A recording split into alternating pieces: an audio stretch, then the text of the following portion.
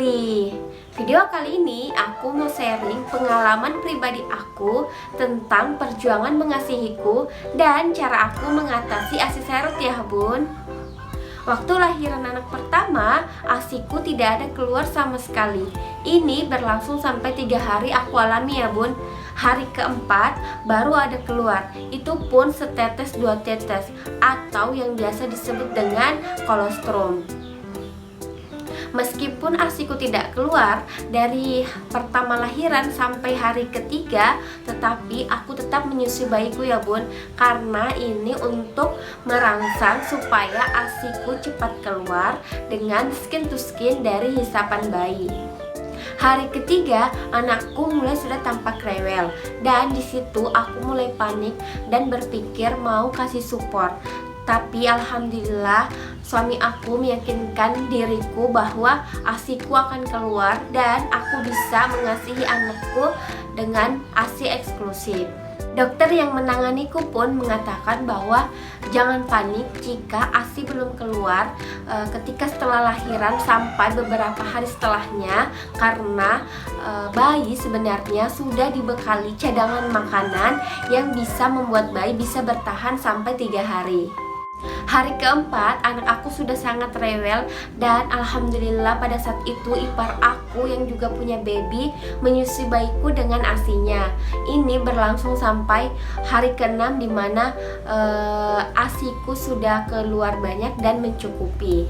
Jadi yang mau aku tekankan di sini bahwa kita sebagai ibu baru jangan panik dan menyerah jika setelah beberapa hari setelah lahiran ASI kita belum juga keluar ya bun, karena proses menyusui itu butuh komitmen yang kuat dan kemauan yang kuat dari ibu. Yang jelas kita tetap terus menyusui bayi kita meskipun ASI kita tidak keluar ya bun. Insya Allah jika kita terus menyusui anak kita dari pertama lahiran sampai beberapa hari selanjutnya, ASI kita akan keluar dengan kita terus berfokus untuk tetap menyusui bayi kita. Kejadian ini pun aku alami pada saat lahiran anak kedua aku. ASIku juga tidak keluar di mana pada saat pertama lahiran sampai hari kedua ASIku tidak keluar. Tetapi aku tetap menyusui anak aku dan alhamdulillah pada hari ketiga ASIku sudah keluar dan mencukupi. Baiklah, langsung saja ini cara aku atau tips aku supaya ASI tidak seret dan berlimpah. Tapi sebelum itu jangan lupa like, komen, dan subscribe channel ini ya bun, supaya channel ini terus berkembang. Yang pertama, hindari yang namanya stres. Tidak dipungkiri ya bun, kita sebagai ibu baru ada saja hal yang bisa membuat kita stres. Entah itu karena perubahan situasi yang dulunya tanpa bayi dan sekarang kita punya bayi yang harus kita rawat dan kasihi dengan penuh kasih sayang, atau entah karena perubahan jam tidur yang dulunya tidak pernah begadang dan sekarang harus begadang merawat bayi, atau masalah-masalah lainnya. Sebisa mungkin jangan dibawa stres ya bun, karena ini sangat mempengaruhi pada produksi ASI kita. Jika kita stres maka ASI kita juga akan seret. Begitu pula jika kita bahagia, maka insya Allah ASI kita juga akan banyak atau berlimpah. Usahakan libatkan suami ya bun, karena di sini peran suami atau orang terdekat kita sangat menentukan mood kita sebagai ibu baru. Yang kedua, perbanyak minum air putih. Kita sebagai ibu menyusui harus lebih banyak minum air putih dibandingkan orang pada umumnya yang tidak menyusui, karena semakin banyak kita minum air putih maka semakin banyak pula produksi ASI kita ya bun. Dengan minum air putih dapat membantu kita memenuhi kebutuhan kalsium yang merupakan nutrisi utama dalam produksi ASI kita.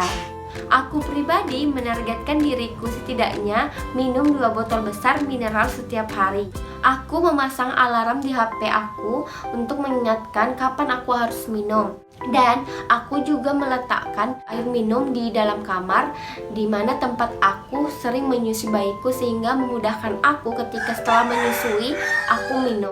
Yang ketiga, perbanyak makan sayur-sayuran dan kacang-kacangan. Setelah lahiran aku banyak mengonsumsi sayur-sayuran dan kacang-kacangan ya bun. Seperti yang kita ketahui, kebutuhan nutrisi pada ibu menyusui banyak terdapat pada sayur-sayuran dan kacang-kacangan. Aku pribadi sering menyangrai kacang tanah untuk aku konsumsi sebagai cemilan. Dan sayur-sayuran hampir setiap hari aku mengonsumsinya. Yang keempat, menyusui sering mungkin. Sangat penting ya bun untuk menyusui sesering mungkin bayi kita, karena semakin sering kita menyusui bayi kita, maka akan semakin banyak pula produksi ASI yang kita hasilkan. Menurut teori yang pernah aku baca, menyusui sebaiknya dilakukan setiap 2 jam sekali. Tapi aku pribadi tidak membatasi durasi maupun jam sebagai patokan dalam mengasihi bayiku. Yang kelima, sering-sering memompa ASI. Aku sering memompa ASIku di saat bayiku melewatkan jam menyusuinya. Hal ini biasanya aku alami di malam hari ketika bayiku setelah menyusu dan tertidur pulas, ASIku terasa masih ada sisanya. Dan biasanya keesokan harinya aku memompa ASI aku. Memompa ASI sangat penting ya bun untuk memastikan PD kita benar-benar kosong, sehingga ASI yang dihasilkan bisa lebih banyak lagi. Intinya semakin PD kita sering kosong, maka semakin banyak pula produksi ASI yang bisa kita hasilkan. Nah, itulah tadi pengalaman mengasihiku dan cara aku mengatasi ASI seret ya bun. Semoga video ini bermanfaat. Jangan lupa like, komen, dan subscribe channel ini ya bun, supaya aku terus semangat membuat video-video lainnya. Dadah, assalamualaikum warahmatullahi wabarakatuh.